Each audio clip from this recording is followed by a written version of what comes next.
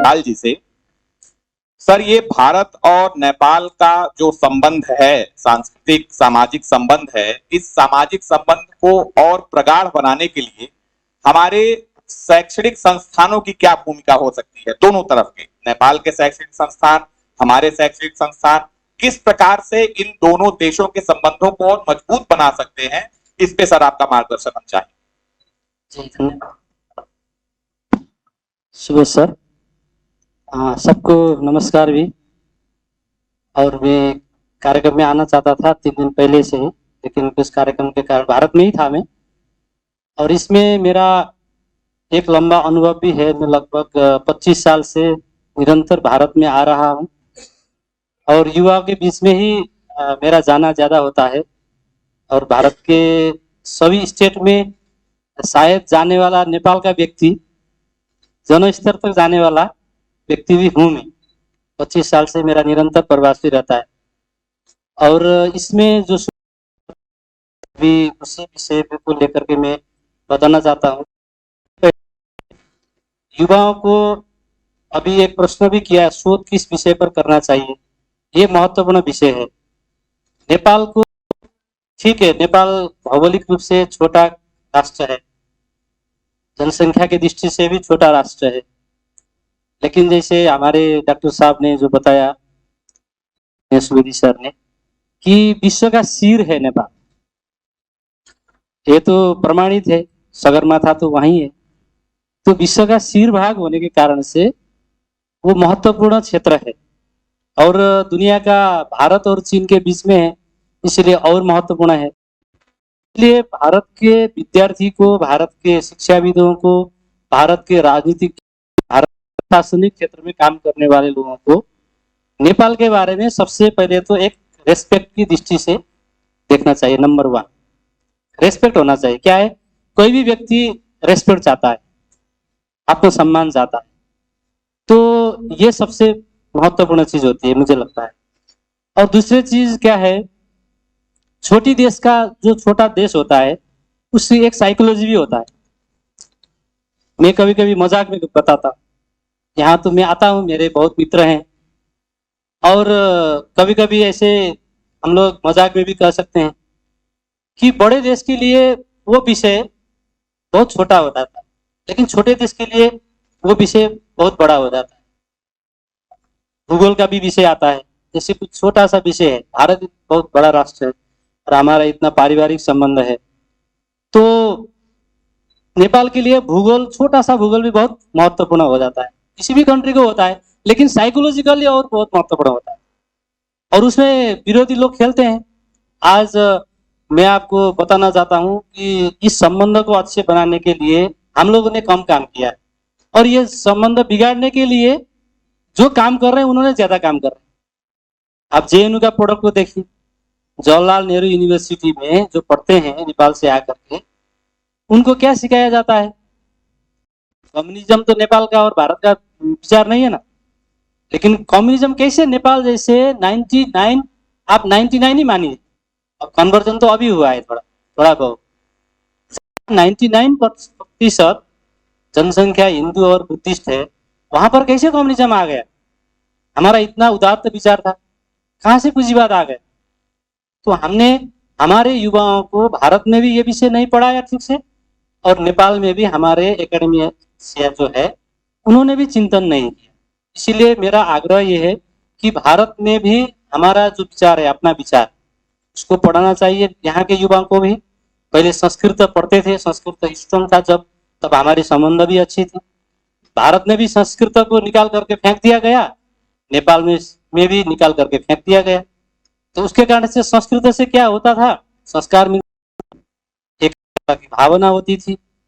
तो आज हमने वो चीज छोड़ करके लॉर्ड मैकाले एजुकेशन पद्धति में आगे बढ़ रहे हैं, और मुझे खुशी की विषय है कि भारत ने 2014 के बाद न्यू एजुकेशन पॉलिसी 2020 लागू किया है, और उसमें जो पाठ्यक्रम अभी बन रहा है और बनते आगे बढ़ेगा, मुझे लगता है कि जो नया शिक्षा नीति भारत में लागू हुआ है, वो शिक्षा नीति यहाँ ठीक ढंग से लागू होगा और वहां भी करेक्शन होगा, उसका असर नेपाल में भी पड़ेगा, क्योंकि नेपाल की शिक्षा नीति यहीं से कॉपी किया था, जो लॉर्ड मेकन ने डिजाइन किया था यहाँ पर करते हुए।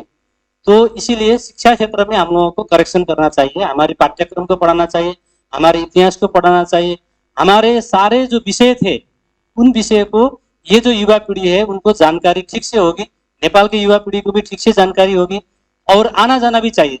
जैसे यहाँ आना चाहिए नेपाल के युवा, भारत को समझना चाहिए, भारत के यूथ भी आप लोग नेपाल आइए, वहां जाकर के आप लोग प्रत्यक्ष रूप से देखिए, इंटरेक्शन करिए, तो इस प्रकार से एक पारिवारिक संबंध का विकास होता है, मुझे लगता है। धन्यवाद। धन्यवाद सर। हाँ, कुछ प्रश्न छात्राओं की ओर से।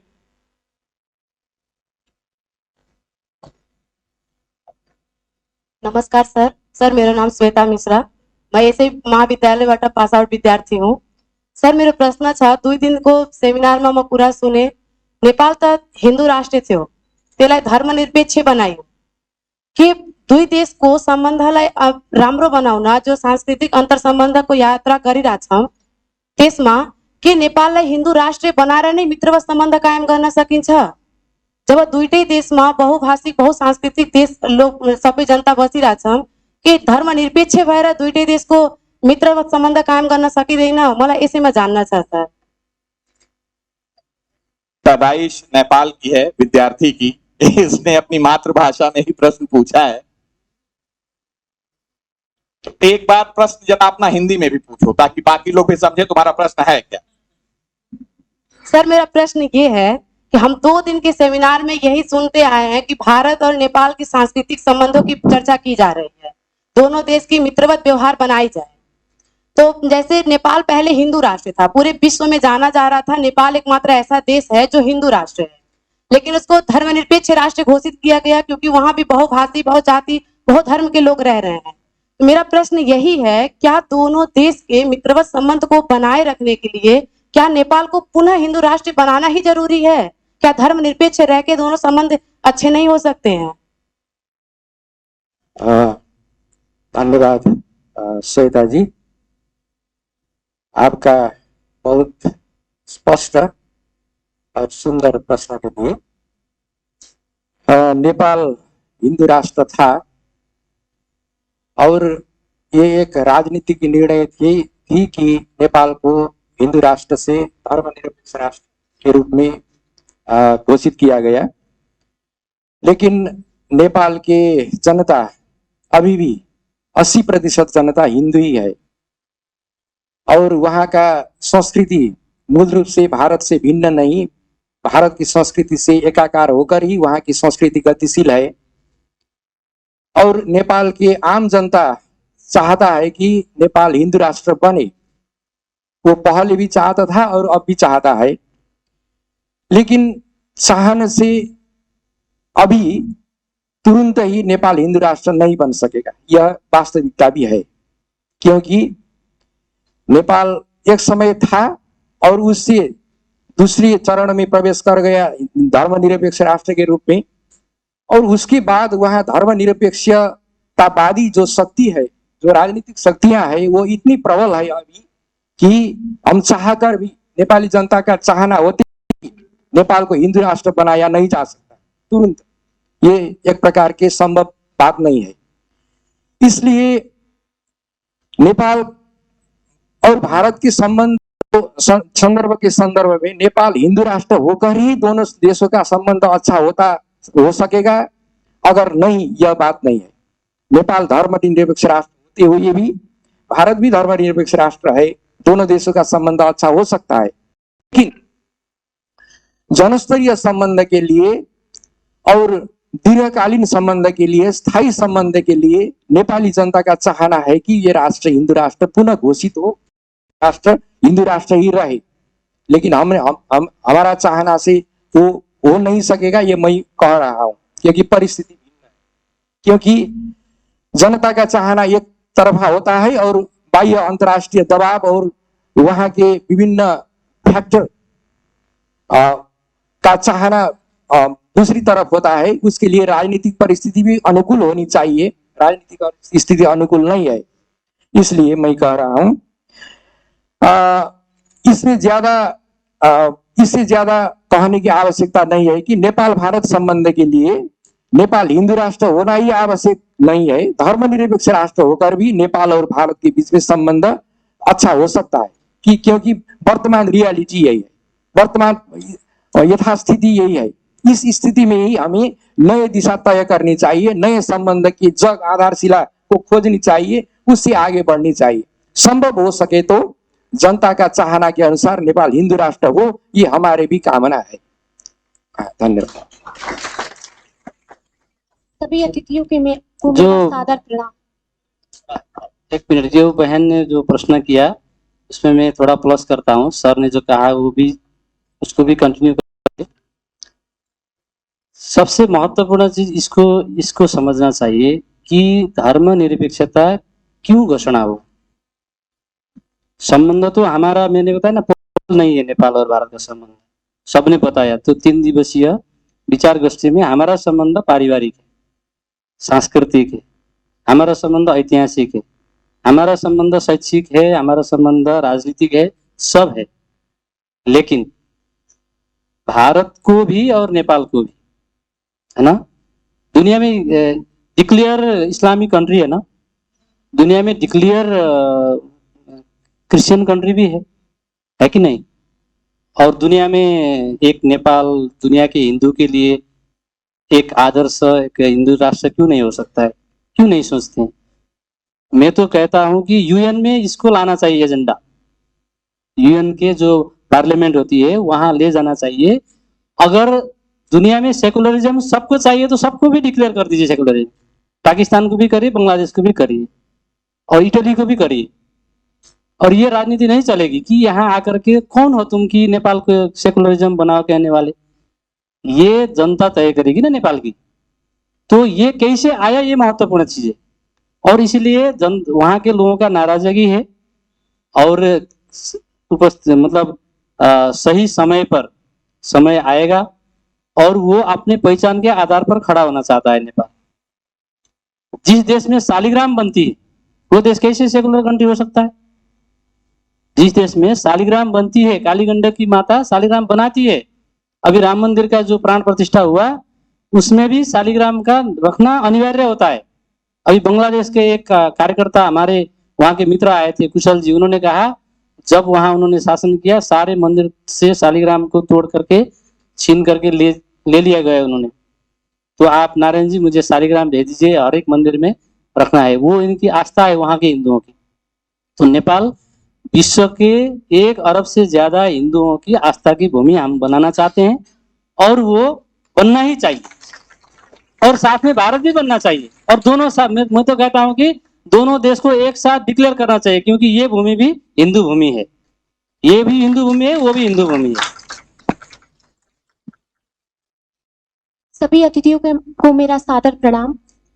सर, हम जानते हैं कि नेपाल और भारत का रिश्ता है वो ऐतिहासिक है, परंतु कुछ देश जिसमें नेपाल भी चीन की बेल्ट रोड परियोजना में शामिल है, लेकिन भारत इस परियोजना के पक्ष में नहीं है। साथ ही चीन ने नेपाल कानून परिवर्तन एजेंसियों की क्षमताओं को बढ़ाने और नेपाल ने अपनी धरती पर चीन विरोधी गतिविधियों की अनुमति न देने का वादा किया है। तो महानुभाव, हम इस संबंध में भारत और नेपाल के संबंध को कैसे समझें?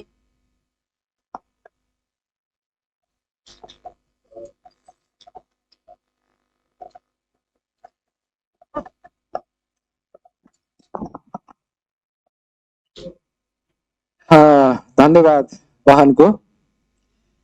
अब इसमें हम क्या कहते हैं कि एक नेपाल के लोग होने के नाते, नेपाली नागरिक होने के नाते, ये बेल्ट एंड रोड इनिशिएटिव जो है जिसके साथ जिसका अनुमोदन नेपाल ने किया है, मैं भारतीय साथियों को, मित्रों को नेपाल के एक नागरिक के रूप में आश्वस्त करना चाहता हूं कि यह परियोजना भारत के खिलाफ नहीं है, भारत के विपरीत नहीं है, भारत के लिए कोई हानिकारक नहीं है, क्योंकि नेपाल का पहले से ही यह नीति रहा है कि नेपाल अपनी भूमि का उपयोग भारत के खिलाफ नहीं करने देगा और उसमें नेपाल जहां तक मैं जानता हूं एक नागरिक होने के नाते सभी बात तो मैं नहीं जानता, क्योंकि मैं एक सामान्य नागरिक हूं और एक राजनीतिक नेता के जैसे और जो उच्च पदस्थ अधिकारी है, जो सत्ता में रहे नेता लोग है और जो सत्ता के जो रक्षक है उनके रूप में मैं इस बात का उत्तर तो नहीं दे सकता, लेकिन एक नागरिक होने के नाते जो ऑब्जर्वेशन मैंने किया है, जो अनुभूति मैंने किया है, उससे मैं यह बता सकता हूं कि यह परियोजना भारत के हित में नहीं होगा, भारत के खिलाफ में ये परियोजना का उपयोग नहीं होगा। लेकिन इसमें भी नेपाल में भी दो प्रकार के बातें हैं। कुछ लोग कहते हैं कि यह belt and road initiative Nepal को नहीं करना चाहिए, नेपाल को इसमें आगे नहीं बढ़ना चाहिए, इसको परित्याग करना चाहिए और इससे भारत का अहित होगा। यह बात नेपाल में भी है। इसके बारे में नेपाल में भी बहुत द्वंद्व चल रहा है, बहुत बहस हो रहा है, लेकिन अभी तक मान्यता है कि यह भारत के खिलाफ नहीं है, इसलिए नहीं है और इससे नेपाल को लाभ होगा। नेपाल का रोड बनेगा, नेपाल का इंफ्रास्ट्रक्चर पूर्वाधार विकास में सहयोग होगा और नेपाल का कनेक्टिविटी, दूसरी चीन से कनेक्टिविटी और भारत से कनेक्टिविटी, व्यापार बढ़ेगा और इसलिए यह हमारे देश के हित में है। यह बात भी प्रबल रूप में उठ रहा है और इसी बात में टेक कर, इसी आधार पर यह परियोजना आगे बढ़ रहा है। और विश्वस्त हो जाइए आप कि अगर इस परियोजना से भारत का अहित होगा, यह बात यदि सिद्ध हुआ तो यह परियोजना नहीं चलेगा। ये सर नेपाल का पक्ष हुआ। इस पे मैं अपने भारत के रक्षा और स्ट्रैटेजिक अध्ययन का भी कमेंट चाहूंगा। मैं जरूर बोलूंगा। अमित कुछ कहना चाहता। सर ने अभी बताया, लेकिन मैं थोड़ा सा इससे असहमत हूं, क्योंकि चाइना की जो भी पॉलिसी है, अगर चाइनीज फॉरेन पॉलिसी को हम देखें तो मैं यहाँ चांग काई शेक के बाद की जो स्थिति है और खासकर माओ से तुंग पर जो रुकती है, जो माओ से तुंग कहता है कि power grows out through the barrel of the gun, तो वो पॉलिसी कहीं ना कहीं आज भी चाइना अडॉप्ट किए हुए। और चाइना की एक्सपेंशनिस्ट पॉलिसी जो है कि अपना विस्तार करो, उसको इससे मतलब नहीं होता है कि आप दूसरे देश की टेरिटरी को इंक्रोच। चाइना की जो भी पॉलिसी है,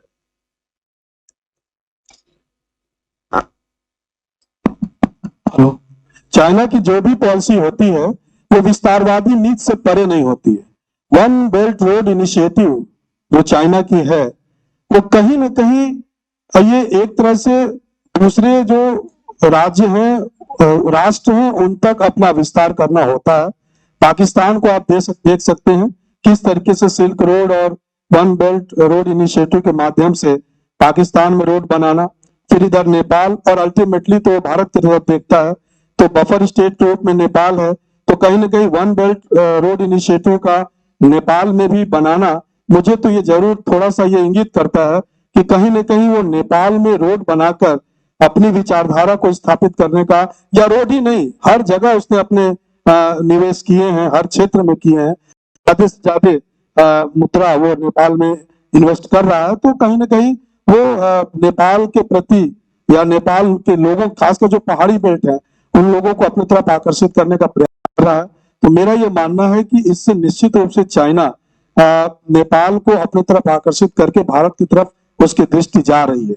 अभी हमने आपको उल्लेख किया है, चाहे काला पानी का मामला हो, चाहे सुस्ता का मामला हो, चाहे लिम्पुआधारा का मामला हो, ये कहीं ना कहीं चाइना के ही इनिशिएटिव पर नेपाल ने ये मुद्दा भारत के सामने मैप में 2019 में दिखाया।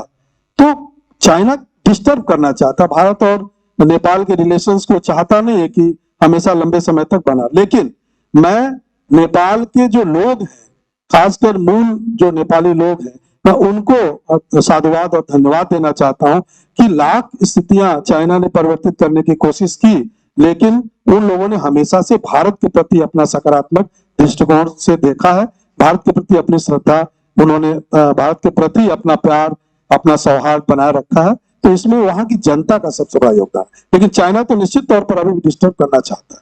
ठीक सर, इस नीति के साथ चीन की यह जो नीति है, जैसा कि अमित जी ने कहा कि वहाँ की जनता, तो मैं भी उसमें एक बात ये जोड़ना चाहती हूँ कि निश्चित रूप से भारत और नेपाल दो संप्रभु राष्ट्र हैं जरूर, लेकिन भारत और नेपाल इस दृष्टि में एक दूसरे से अभिन्न है कि उनके संस्कृति के जो मूल स्वर हैं वो एक है। दोनों राष्ट्रों की जो जीवन दृष्टि है वो एक है, आध्यात्मिक धार्मिक। तो अगर सत्ताओं के राजनीतिक लाभ हानि का हम गणित छोड़ दें तो नेपाल का जो जनजीवन है, उनके बीच का, नेपाल और भारत के लोगों के जो सामान्य जन है उनके बीच का जो संबंध है वो पारिवारिक संबंध जैसे जुड़े हुए हैं। सर ने भी कहा कि दो शरीर एक आत्मा, और इसमें हम जो कि पिछले 2 दिनों से भारत नेपाल सांस्कृतिक संबंधों की विकास यात्रा अतीत से वर्तमान तक ये चल रहा है, इस विषय पर संगोष्ठी, और मुझे लगता है कि एक ये महत्वपूर्ण पहल है दो देशों के बीच के रिश्तों को और प्रगाढ़ करने का। और निश्चित रूप से हम पिछले 2 दिनों से जो संगोष्ठी कर रहे हैं उसमें कुछ हद तक सफल हुए हैं। संस्कृति की दृष्टि से, अगर सांस्कृतिक गठजोड़ की दृष्टि से देखें तो ये रिश्ता, चूंकि मैं प्राचीन इतिहास की शिक्षिका हूं तो और ये आप सभी जानते होंगे थोड़ा बहुत ही प्रगाढ़ रहा है। 1500 ईसा पूर्व से लेकर ये संबंध प्रारंभ हो चुके थे। महात्मा बुद्ध इसमें सबसे मजबूत कड़ी बने, उसके बाद वैवाहिक संबंध भी जुड़े, अयोध्या के रघुवंशी राजा श्री राम, उसके बाद जो फर्स्ट डायनेस्टी थी मगध डायनेस्टी, हरियंग डायनेस्टी, वहां से लेके उन लोगों ने भी लिच्छवियों के साथ वैवाहिक संबंध किया। लेकिन आज के परिप्रेक्ष्य में हम देखें तो नाथ पंथ बहुत ही मजबूती के साथ इससे दोनों देशों के साथ एक मजबूत कड़ी के रूप में जुड़ा हुआ है। आज भी जो नेपाल की जनता है प्रतिवर्ष यहाँ पर्वों और त्योहारों के अवसरों पे, मकर संक्रांति के अवसर पर खिचड़ी चढ़ाने आती है, और गोरखनाथ जी के प्रति उनकी जो भक्ति और श्रद्धा के आगे दोनों देशों की सीमाओं का ये बांधने का या बंटवारे का कोई मतलब नहीं रह जाता। तो मुझे ये लगता है कि दोनों देशों के बीच में जो रिश्ता है उसको जो प्रगाढ़ करने का एक जरिया है नाथ पंथ, उसमें एक बहुत मजबूत कड़ी है। तो निश्चित रूप से चूंकि सर ये प्रश्न बहुत महत्वपूर्ण है, हमने नेपाल का पक्ष सुना, इस पे हमने राजनीति के विचार इस पे देखे, हमने धर्म और संस्कृति इतिहास का भी विचार देखा। सर ये बेल्ट एंड रोड इनिशिएटिव के साथ चीन की यह जो योजना है, इसमें एक योजना और हम जोड़ना चाहेंगे जो स्ट्रिंग ऑफ पर्ल की योजना है। ये दोनों योजनाएं भारत के लिए कैसी हैं, और अगर ठीक नहीं है तो इसका इम्पैक्ट भारत और नेपाल के संबंधों पे क्या पड़ सकता है, इस पर एक सुरक्षात्मक दृष्टिकोण से और रक्षा अध्ययन के विशेषज्ञ होने के नाते सर हम आपका कमेंट्स चाहेंगे।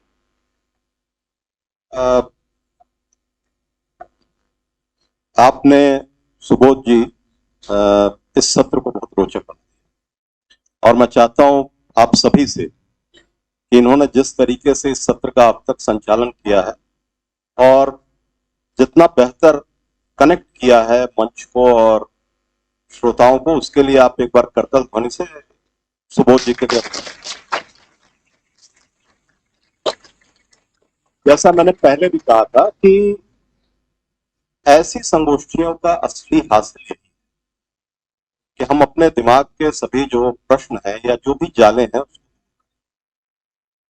और जिस तरीके से हमारे विद्यार्थियों ने प्रश्न रखे हैं वो उनकी मेधा और प्रतिभा को प्रदर्शित करता है कि उन्होंने इस विषय पर सिर्फ श्रोता की भूमिका नहीं निभाई है, उन्होंने समझा इस विषय को और उनके पास मौलिक प्रश्न,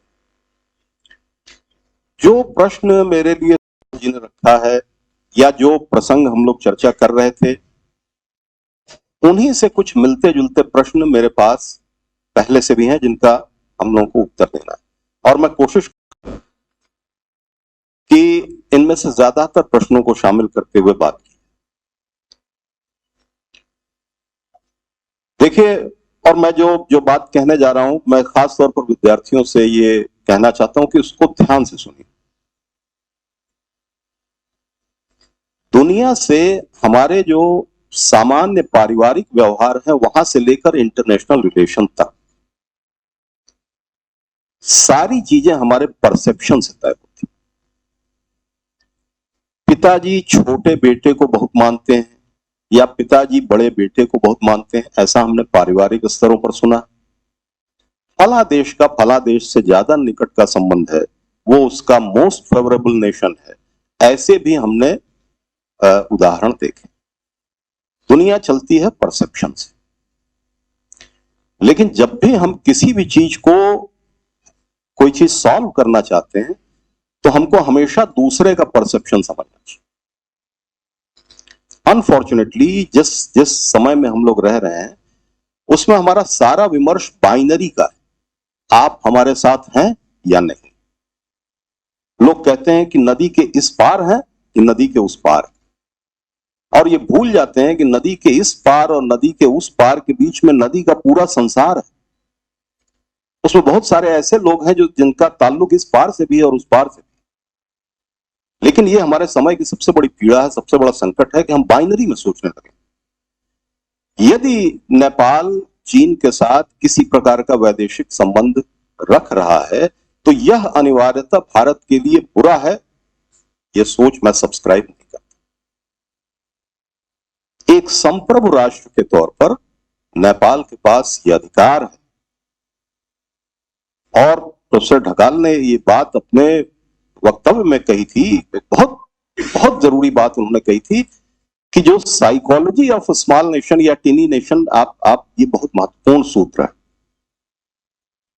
आपको इसको समझना चाहिए कि सिर्फ दुनिया में इससे बात नहीं तय होगी कि कोई छोटा है कोई बड़ा है, किसी की पॉपुलेशन बड़ी है किसी की छोटी। हमारी ही तरह वो भी एक संप्रभु राष्ट्र, हमारी ही तरह वह भी अपनी जनाकांक्षाओं का सम्मान करने के लिए बना हुआ। कोई भी देश पीपल्स एस्पिरेशन से संचालित होता है, उसको अपनी जनता की आवाज को इज्जत देनी होती। हमें इस बात से नहीं घबराना चाहिए कि उसका वास्तव में वर्तमान समय में रुझान किस तरह से है। हमको परसेप्शन बिल्डिंग करने की जरूरत है।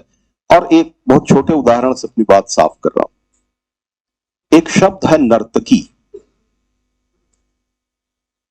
मेरी बात आप तक पहुंच रही पीछे?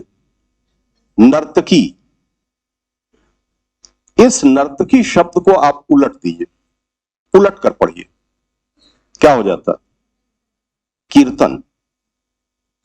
हमने कुछ शब्दों में हेरफेर नहीं किया, हम एक जगह से पहले खड़ा होकर देख रहे थे और फिर अब उसी जगह से खड़ा होकर इधर की तरफ देख, परसेप्शन बदल गया। एक मोह माया का प्रतीक है, एक अध्यात्म की शिखर चेतना का शब्द।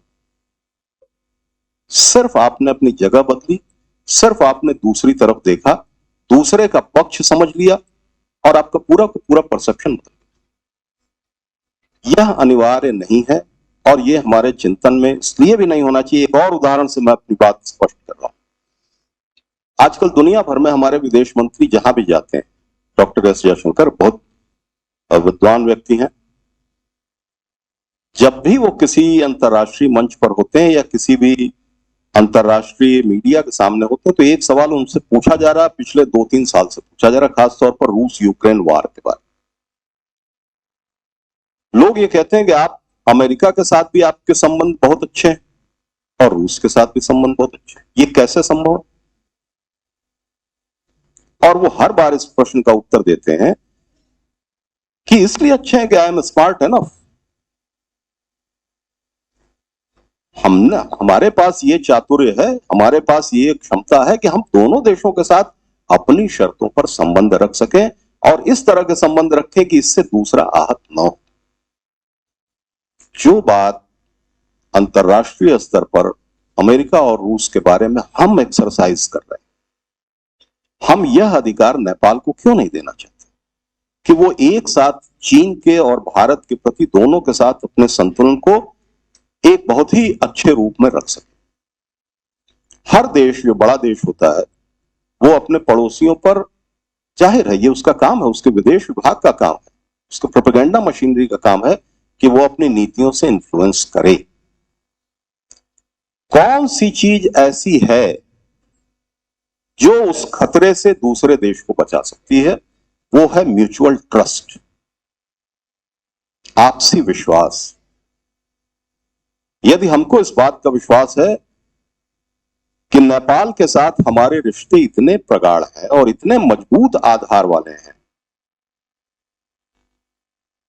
चीन के साथ नेपाल के साथ चीन अब अपने सांस्कृतिक संबंधों को विकसित कर रहा है, चाहे वो मैंडारिन भाषा का, चाहे चाइनीज कल्चरल सेंटर को खोलने का। हमारे तो सदियों पुराने, हमको मालूम भी है, किसी भी व्यक्ति को इससे इनकार भी नहीं। हम क्यों भयभीत? हमको जरूरत इस बात की है कि हम इन जो कल्चरल बॉन्डिंग्स हैं इसमें फिर से एक बार इसको रिफ्रेश करें। जैसा हमारे बहुत सारे विद्वानों ने कहा कि एक लगातार आपसी आवाजाही, लगातार संवाद।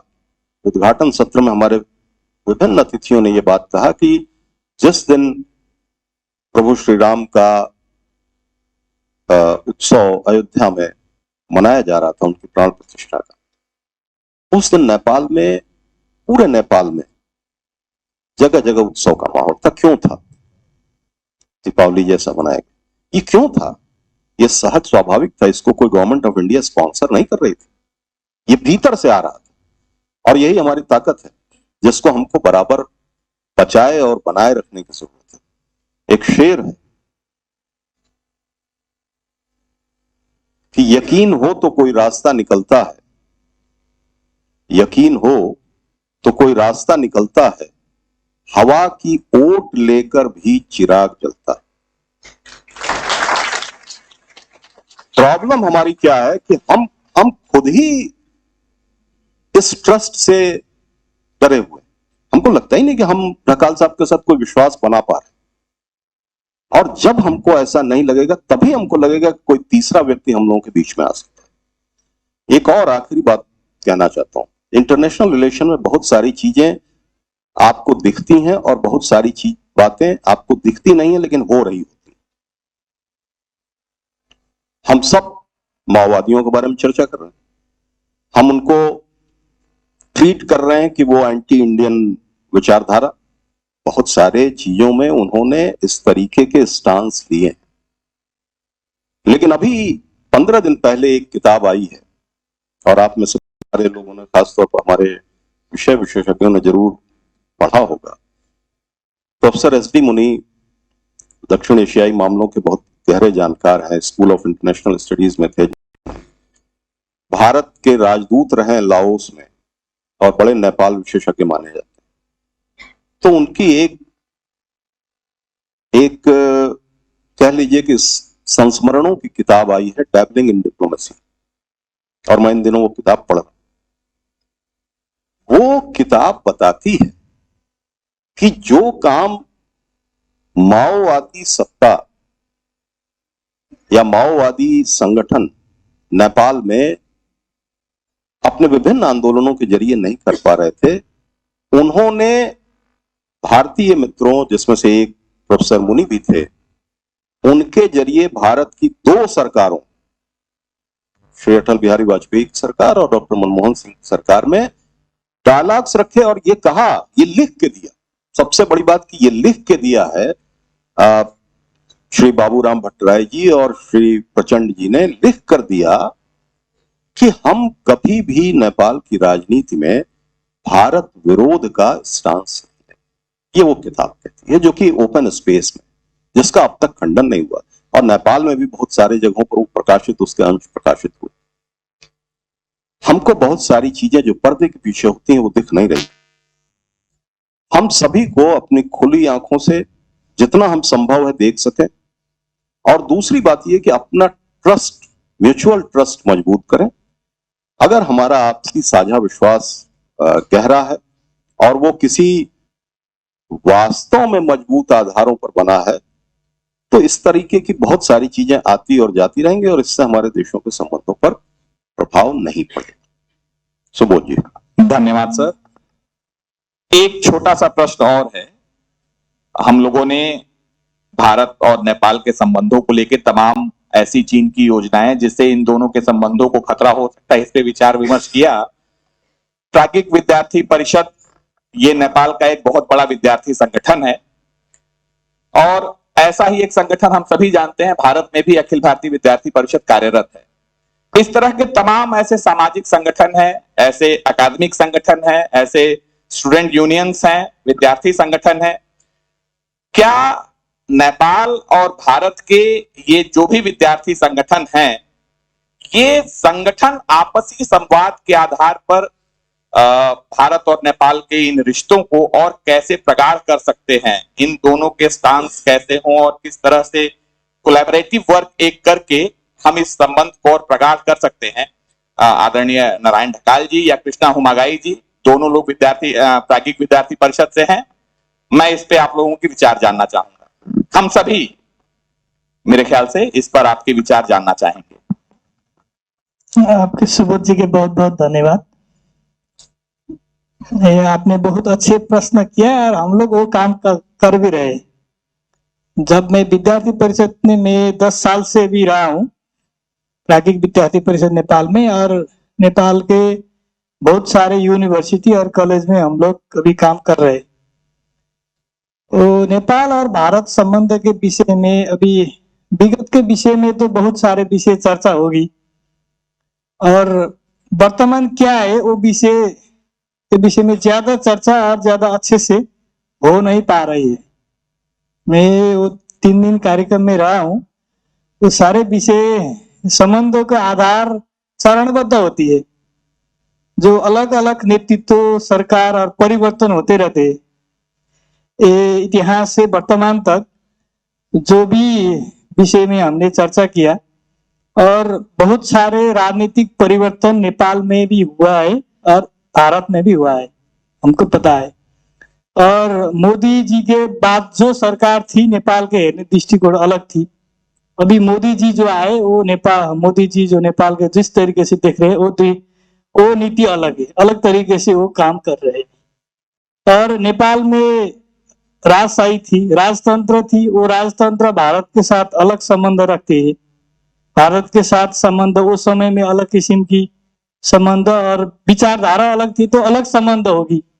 और अभी सरकार है वो डेफिनेटली पनि कम्युनिस्ट आइडियोलॉजी के सरकार और डेमोक्रेटिक आइडियोलॉजी के सरकार है, वो भी अलग किस्म के संबंध रख रहे। नेतृत्व जब परिवर्तन हो जाएगा तो संबंध भी पॉलिटिकल अलग हो जाती है। तो लेकिन हमने विषय में क्या लिखा है ना, नेपाल और भारत के सांस्कृतिक संबंध, हम बहुत ज्यादा से ज्यादा ये सांस्कृतिक संबंध के विषय में ज्यादा बातचीत कर रहे हैं।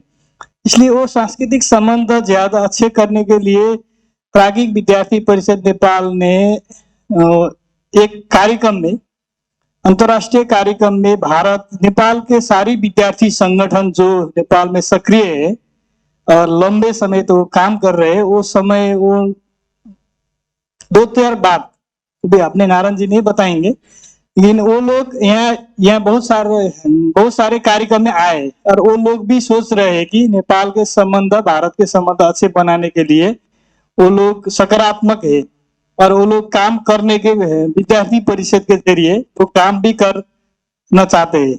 और विद्यार्थी परिषद ने वो विश्वास भी दिलाया है, वो सारे विद्यार्थी संगठन अपने संगठन में आ रहे हैं, अपने संगठन के गतिविधि में वो सकारात्मक है और नेपाल और भारत के संबंध के विषय में वो लोग बहुत सारे डाउट है, वो डाउट भी थोड़ी धीरे धीरे क्लियर कर रहे हैं। अभी हाल ही में अखिल भारतीय विद्यार्थी परिषद के जो अधिवेशन दिल्ली में हुआ था, उस समय भी नेपाल के 7 विद्यार्थी संगठन जो मेजोरिटी विद्यार्थी संगठन है, वो सारे संगठन अपने विद्यार्थी परिषद के समन्वय करके वो आए और बहुत सारे वो सारे कार्यक्रम देखे और वहाँ बातचीत भी हुआ और कुछ पॉलिटिकल लोगों से साथ उन लोगों ने मिलन भी कर लिया और कुछ विषय में उन लोगों ने वो छलफल भी किया और वो भी सोच रहे वो संबंध के अच्छे बनाने के लिए, लंबे तक लाने के लिए वो काम कर रहे हैं।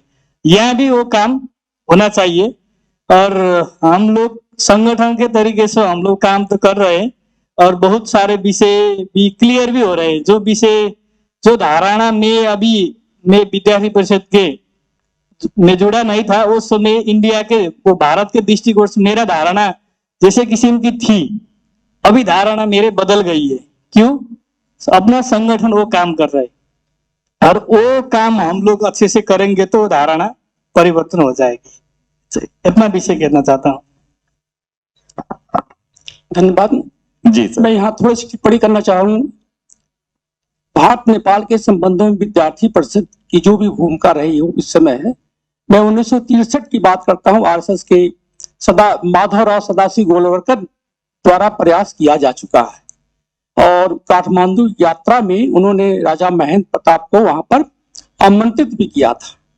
यहाँ मैं ये कहना चाहता हूँ कि जब तक राजनीतिक इच्छा शक्ति मजबूत नहीं होगी, भारत नेपाल के संबंधों में भी थोड़ा बहुत खटास मिटास लगा रहे।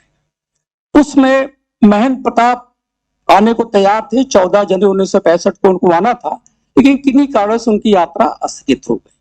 तो जाहिर सी बात में राजनीतिक इच्छा उसमें जो शासन था उसमें पाश्चात्य संस्कृति का प्रभाव था, ऐसा नहीं हो। इस बीच भी तमाम उठापटक हुए। जैसे अटल बिहारी वाजपेयी के जमाने में राव वीरेंद्र की पूरे परिवार से हत्या कर दी गई। क्या सहानुभूति मिली भारत से और नेपाल क्या चाहता था। इस बीच मनमोहन सरकार के समय भी वहां से प्रधानमंत्री आए, सहायता मांगे, नहीं मिल सकी। तो तमाम सारी ऐसी चीजें हैं जिनको दोनों देशों के राजनेताओं को समझना होगा। शीर्षक वही है। आज देखिए बीच में जो भी खटास मिटास थी, लेकिन वर्तमान सरकार ने जो भी प्रयास किया है नरेंद्र मोदी जी ने, तो वह उनकी बहुत सफल यात्रा रही। हमारा संबंध मजबूत हो रहा है। हम एक अखंड भारत के रूप में, सांस्कृतिक भारत के रूप में देख रहे हैं, जो बाहुली से लेकर के बर्फ प्रदेश से लेकर के सेतुबंध रामेश्वरम तक था। उसको मजबूत करने के लिए जब तक उच्च स्तरीय राजनीतिक इच्छा शक्ति मजबूत नहीं होगी, तब तक हम छोटे मोटे संगठनों के माध्यम से इस पर बहुत सफलता नहीं प्राप्त कर सकते। जहां तक माओवादियों की बात थी, तो ये 1949 में जब चीन में सत्ता बनी, तब से माओवादी सक्रिय हो गए। और यहाँ पर 1975 में जब मिलीजुली सरकार बनी और वामपंथियों को तमाम बड़े बड़े मंत्रालय, शिक्षा विभाग तमाम दिए गए, यहाँ पर उसके बाद इसका प्रभाव नेपाल में पड़ा और जिस कारण वहां पर तमाम पुष्प दहल और ये मोहन सिंह तमाम सारे संगठन बनने लगे। वहीं से इसकी शुरुआत होती है। आज नेपाल में देखिए 1967 तक एक भी ईसाई नहीं था। 1968 में 25 ईसाई आए, आज 3.5 लाख 4 लाख ईसाई हो गए। करीब 4000 गिरजाघर हो गए, 2000 चर्च हो गया, करीब 10,000 ज्यादा मस्जिदें हो गई। तो ये इसके लिए नेपाल सरकार को और भारत सरकार को दोनों को समझना। हम अखंड भारत की कल्पना तभी कर सकते हैं जब शीर्ष नेतृत्व इस पर अमल करेगा। ठीक सर। एक प्रश्न रक्षा अध्ययन विभाग के शोधार्थी हैं शिवानंद यादव जी, आपका एक प्रश्न। शिवानंद जी 1 मिनट रुकिए, कुछ कहना चाह रहे थे जी। धन्यवाद। सिन्हा सर और प्रोफेसर सर की बातें सुनकर मुझे भी थोड़ा सा 1-2 मिनट में बोलना चाहता हूँ। वास्तव में अभी जो ईसाईकरण की बात कही, वो नेपाल में चीन अथवा अन्य देश से भी खतरनाक अवस्था नेपाल के लिए ईसाईकरण है। गांव-गांव में चर्च और ईसाईकरण का जो प्रयास हो रहा है, उसमें हम समय से सचेत न रहे की बातों से आगे बोल रहा हूं मैं। ये एकदम यथार्थ पीड़ा है। मैं अभी प्राचार्य महाविद्यालय का व प्रोफेसर बन के नहीं, एक नागरिक बन के कुछ बातें बताना चाहता हूँ जो 2 दिन से मैं सुन रहा हूँ। माओवादी समस्या एक, दूसरा चीन, तीसरा मधेसी मूल के भारतीय मूल के मधेसी के बारे में जो विचार यहाँ उठे हैं उनके बारे में। पहला जो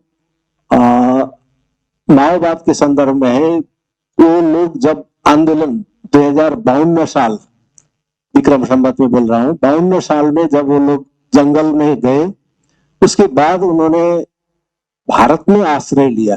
मैं एक नागरिक बोल के बोल रहा हूँ। दिल्ली में उनका रहना बसना हुआ। प्रचंड और बाबूराम जी यहाँ रुके और यहाँ से उन्होंने आंदोलन को परिचालन किया एक किस्म से। बाद में जो समझौता हुआ, सेना ने उनको 10 वर्षों में, अब करीब करीब 1-2 महीने का समय यदि मिल जाता तो सेना उनको सब धर दबोचने वाली थी। तब दिल्ली में ही 12 बजे समझौता हुआ, जिस समझौते में एक बुदा धर्मनिरपेक्षता का भी रखा गया, जिसके चलते नेपाल हिंदू राष्ट्र से जनता से सूझ पूछ के नहीं, जनता चाहती थी कि हिंदू राष्ट्र के बारे में निर्वाचन किया जाए, जनमत संग्रह कराया जाए, अन्यथा ऐसे न घोषणा न किया जाए। मगर समझौता यहाँ बैठ के जो बुदा तैयार किया गया उसमें हस्ताक्षर नेपाल में जाके हुए। परिस्थिति ऐसी है, हर एक राजनीति में दिल्ली को पूछते हैं, यहाँ आके हमारे नेता एक किस्म की बात की ब्रीफिंग करते होंगे, वहां जाके दूसरी किस्म की, इस तरह के जो दल बदलू अथवा विचार बदलू व्यक्तित्व हैं, उनके कारण ही ये असमझदारी का जग विकसित हो रहा है। जन स्तर में जब कोरोना फैला तो भारत ने अपना इंजेक्शन यहाँ से पहले हमें भेजा, हम वो गुण समझते हैं। चीन ने तब अपना बॉर्डर बंद किया हुआ था, खुला ही नहीं, अब खुल रहे हैं कुछ कुछ बॉर्डर, नहीं तो तब से बंद है, उधर से कुछ सामान नहीं आ रहा है। ये भारत के सहयोग से हम लोग बांचे, जिए, अथवा जो भी औषधि मिला इधर से गया है। यथार्थ ये है, मैं जन स्तर से बोल रहा हूँ। मगर जब अभी भी माओवाद का हम यहाँ पूरा उठा रहे हैं, वो सबसे कमजोर पार्टी थी इस बार चुनाव में, सिर्फ 32 सीट लाई थी, मगर वो सत्ता का नेतृत्व कर रही है। किसके सहयोग से? समाज में हमको क्या वो पड़ रहा है कि भारत के इशारे पे ये सरकार बनी, हमको ऐसा लगता है। वहां मैं जनता बोल के बोल रहा हूँ, ये सब तो हमको पीड़ा होती है, क्योंकि सबसे कमजोर पार्टी है, गलत काम करती है, गलत नीयत है, उसका दिखावा एक तरफा है कि ईसाईकरण को बढ़ावा देने का, गो हत्या कराने का आदि इत्यादि गलत काम वही कर रहे हैं। उसको किसका सपोर्ट है? कहते हैं समाज को, जन स्तर को आप पूछेंगे तो भारतीय सहयोग में बनी सरकार बोलते हैं। अब ये हमको असाध्य पीड़ा लगता है, क्योंकि अब ऐसा गतिविधि अब यहाँ के यदि नेतृत्व तरह से हो रही है तो ये तो गलत लगेगा। मैं एक जनता बोल के बोल रहा हूँ यथार्थ बात, क्योंकि आप लोग सबको नेपाल भारत के बीच संबंध असल हो ऐसा मन, वचन और भावना से दिख रहा है, मगर एक नागरिक के नाते जो है ऐसी अवस्था है। दूसरी तरफ मधेसी मूल की बात भी पटक पटक उठा, भारतीय उनको दबाया गया। हाँ, ये कुछ समय पहले तक अवश्य था, बीच में सद्भावना पार्टी करके शुरुआत हुआ है, उसके बाद जो है वो लोग यहाँ आके एक किस्म का आप लोगों से डील अथवा यहाँ की सरकार से डील करते हैं, मगर वहां जाके उनका राजनीति जब भी वामपंथी सरकारों को समर्थन करना, माओवाद को समर्थन करना, उनको पृष्ठ पोषण करना, ऐसा दिखा गया है। तब जाके हम लोगों को पीड़ा होती है, क्योंकि ये क्यों हो रहा है? हम चाहते हैं कि लोकतांत्रिक सरकार बने, मगर ऐसा नहीं हो रहा है यथार्थ में। वो देख के जो है हमको पीड़ा होती है। और चाइना के संदर्भ में जो है अब ये उसने जो गतिविधियां की है, अगर भारत विरोधी हो रही है तो तब तो हम भी एक लिखने पढ़ने वाले आदमी, हम भी बात रखेंगे अपने अपने ठाउँ पे। मगर नेपाली में एक उखान है, मेरी आमा राम्री छ भन्नलाई अर्काकी आमा लाई नराम्री नभन्नुहोस्। आशय क्या होता है कि मेरी मम्मी सुंदर है ऐसा कहने के लिए दूसरे की मम्मी कुरूप है कहना नहीं चाहिए। हम इतना बोलते हैं कि मेरी मम्मी सुंदर है ये मैं कह सकता हूँ, मगर मैं आपकी मम्मी कुरूप है कहने का अधिकार मेरे को नहीं है। मैं इतना बात रखता हूँ, धन्यवाद। भारत और नेपाल के संबंधों की प्रगाढ़ता दिख रही है। सर की पीड़ा हमारे सामने है, और पीड़ा व्यक्ति वही कहता है जहां संबंध प्रगाढ़ होते हैं। ये पीड़ा सर आपकी स्वयं साक्षी है कि भारत और नेपाल के संबंध अभी कमजोर नहीं हुए हैं, इनकी प्रगाढ़ता बनी हुई है।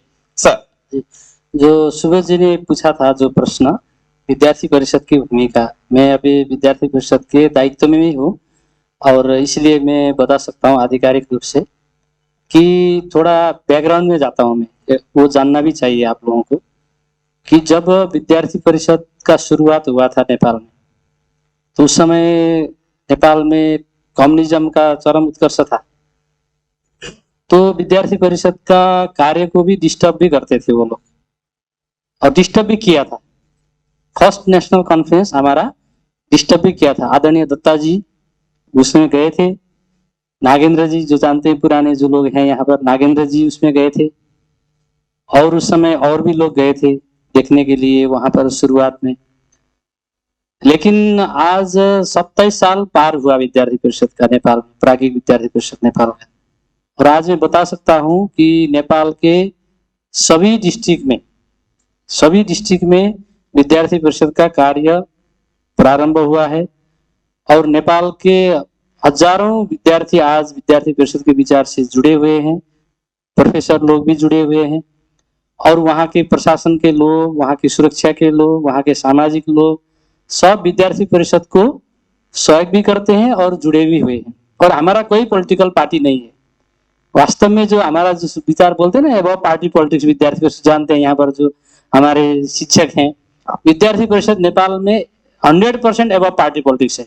हम लोग कोई भी पॉलिटिकल पार्टी से नजदीक नहीं है, लेकिन आज नेपाल में एक विद्यार्थी संगठन के रूप में सबसे ज्यादा कंस्ट्रक्टिव एक्टिविटी करने वाला, डिस्ट्रक्टिव एक्टिविटी तो अन्य लोग करते हैं, अन्य विद्यार्थी संगठन के लोग, लेकिन कंस्ट्रक्टिव एक्टिविटी करने वाला नेपाल का प्रमुख विद्यार्थी संगठन बन गया है।